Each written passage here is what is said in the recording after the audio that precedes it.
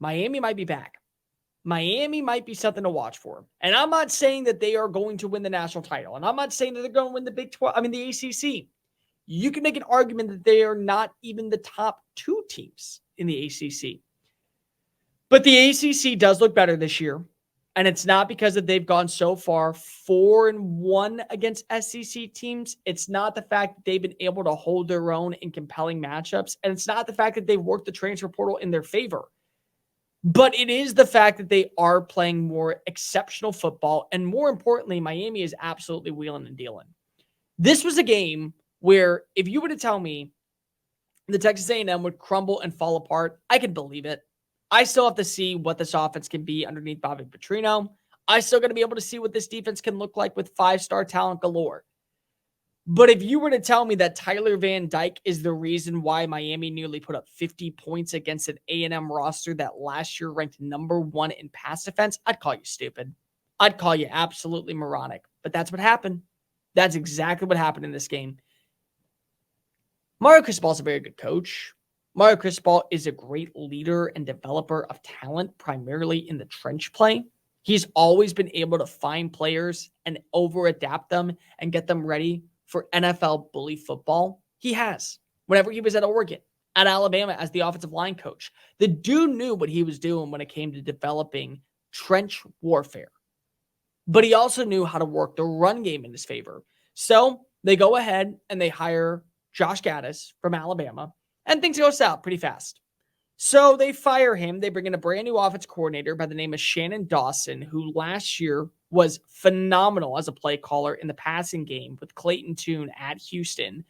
And things start to change. Last week's game against Miami of Ohio, they ran the football extremely well. This game, they didn't. They only had 77 rushing yards on 24 carries, 3.2 yards per play, 2 runs of over 10 yards downfield. It was not a game that you were thinking, okay, this is what we know about the Miami offense of old. But Shannon Dawson, again, is a guy that knows how to get the passing attack going. He knows how to dial up plays and send deep shots downfield and have a rapport with his wide receivers, and the passing game can be potent. And Tyler Van Dyke said, yep, I'm still here. I'm still a good quarterback. Last season was not the whole picture of what I can do, because he threw for 374 yards and 5 touchdowns. They capitalized inside the red zone emphatically. You had a guy like Xavier Restro finish with 126 receiving yards. Jacoby George finished with 94 receiving yards. Colby Young finished with 75 receiving yards. Oh, and Isaiah Horton had one play, 52 yards down the field for an easy 6 points. That's what Miami did. It was an old-fashioned bully beatdown in the likes of the Miami Gardens, Hard Rock Stadium, that needs to just go away. I'm sorry. Like, if you're Miami, go ahead and pay the funds to build the likes of a new Orange Bowl, because if that was sad of a showing in terms of the amount of people that came to the building, put it on campus, actually have games live at Coral Gables, because this will be a wonderful atmosphere. But Miami, just to go ahead and focus back in, this offense, if they continue to click, yeah, they're going to be in business.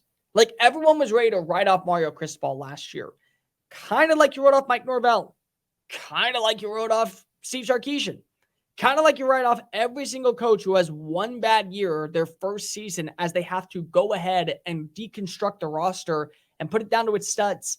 This is why you have to give coaches time. And it's why they make these long-term investments and they don't really care about what the first season looks like. It's all about progress. And that was a big thing of what Mario Cristobal said in his post-game presser. Everyone wants to see progress, right? You did. You saw nearly 50 points be scored on a defense that could not stop a cold if they wanted to. You saw Tyler Van Dyke wheel and deal with the passing attack. And now that they know that they can win on 2 different phases offensively, so long as the defense holds its end of the bargain, they're going to start off the year 4-0 going into conference play against Georgia Tech. They'll face off against North Carolina and Clemson, potentially big wins, ranked wins. They'll get a chance to play Florida State. NC State was looking good at times against Notre Dame. They mean business. 10 wins is very plausible for the likes of the team that used to be dominant in college football. They really are a legitimate threat to play in Charlotte come early December. Hey guys, thank you so much for watching that video. Don't hit the X button yet. Make sure you hit subscribe to keep up with all of our daily content found on Just Saying It and anything else that we post on this channel. Bye.